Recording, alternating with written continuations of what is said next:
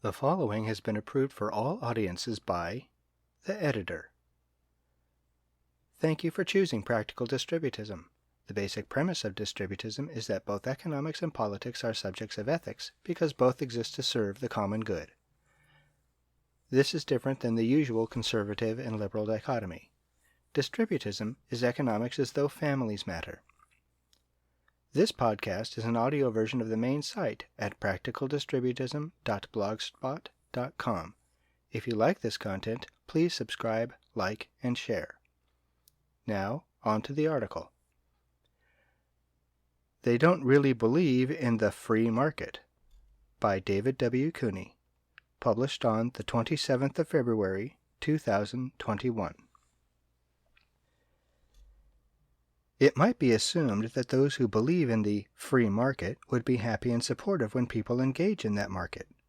You might think this would especially be the case when average people engaging in the market are successful and look like they are going to make a lot of money.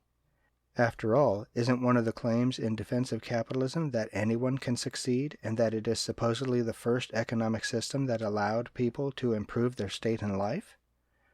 Recent events make it clear this is not the case. At least not for those who are already big players in the market and who wield significant economic and therefore political power. Of course, I am referring to the GameStop investment strategy of the members of a Reddit group called WallStreetBets. This article will not delve into the question of the GameStop investment itself, but give a general sense of the situation and the people involved. WallStreetBets is not an actual investment group, like financial institutions or hedge funds. It is a forum primarily consisting of ordinary citizens who are sharing their opinions about potential investments in the stock market. Reports I have read about the group indicate that members understand that none of them are actually acting as financial advisors in any professional sense. They are just sharing and debating their reasons for their stated opinions about potential investments. Now, most capitalists I know would have no problem with this. Whether or not GameStop was or was not a good investment isn't really the issue, because the general motto of the stock market is, let the buyer beware. It is, after all, essentially a huge gambling casino. You place your bets, and you might win or lose. A member of the WallStreetBets group named Keith Gill was carefully examining GameStop's position in the stock market and the company itself. While the conventional wisdom of the market experts was that GameStop was a company on its inevitable way to failure, Mr. Gill disagreed. He felt that not only was the prediction of the company's demise premature, but that GameStop still had both time and the resources to adjust its business to keep going for a good while. He saw that hedge fund investment groups were short-selling GameStop far beyond what was reasonable, even if the company was in trouble, resulting in the stock price being artificially low. He shared and defended his position to the Reddit group, and many members became convinced that he was correct. Acting individually, the members began buying GameStop stock as fast as they could. You might think this would not have much impact, but WallStreetBets had a huge number of members, and the number of purchases they made resulted in raising the price of the stock at what was considered to be an unbelievable rate. On the other side of this equation were the hedge funds. Now, to participate in a hedge fund, you have to already be wealthy. A hedge fund is essentially a pool of money contributed by wealthy people who allow the managers to invest on their behalf. The hedge funds involved had bet heavily on GameStop's failure through a market practice called a short sale. Short selling involves borrowing a stock today with a promise to return it later. This transaction only involves the stock itself regardless of the price. The hedge funds, believing the value of a given stock will drop, borrow large amounts of shares of that stock so they can sell it at the current price. Of course, this large-scale selling of a given stock will result in the price going down. In other words, they are not merely betting that the value will go down, they are actively engaged in driving that value down. It is generally known that they will also go on financial talk shows and write articles defending their position that the value will drop. which is likely to result in members of that audience who own the stock selling their shares, driving the value even further down.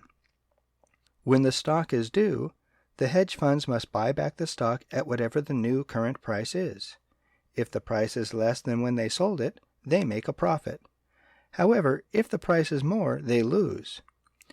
Since the price can go up much farther than it can go down, the potential for loss is much higher. So there is the situation.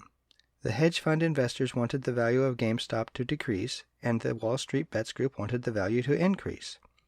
The WallStreetBets group was winning and winning big. The value of GameStop stocks were skyrocketing, and it was all according to the established rules of the market. Anyone could buy or sell the stock as they chose as long as they followed the rules. It looks like the average people were going to win, until they were prevented from freely participating in the market. As financial news reports were accusing the WallStreetBets group of essentially being insurrectionists and accusing them of being no better than those who had rioted in the U.S. Capitol on the day the electoral vote was officially being counted, the company whose app was primarily being used by the WallStreetBets group prevented all transactions of GameStop and several other companies in which the group had heavily invested. A day or two later, the app was updated again so they could sell, but not buy, shares in those companies.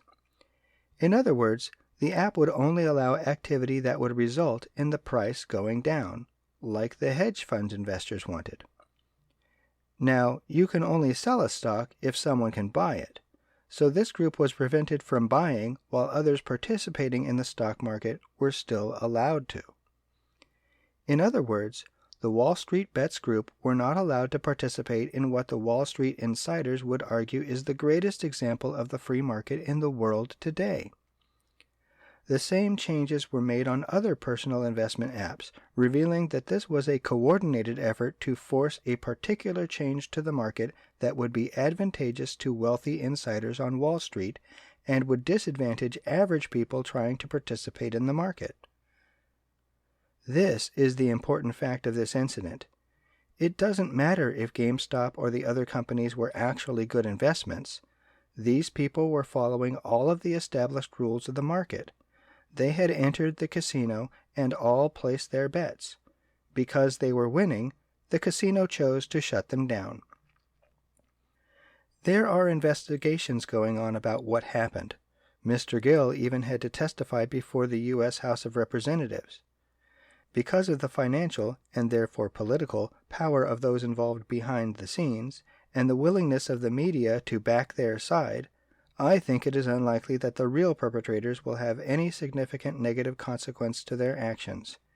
Instead, the common citizens in the WallStreetBets group are being vilified and essentially treated like criminals when they did nothing illegal. Thank you for listening. Practical Distributism can be found at practicaldistributism.blogspot.com. If you like this content, please subscribe, like, and share. If you are able, please consider becoming a supporter at subscribestar.com/practical-distributism.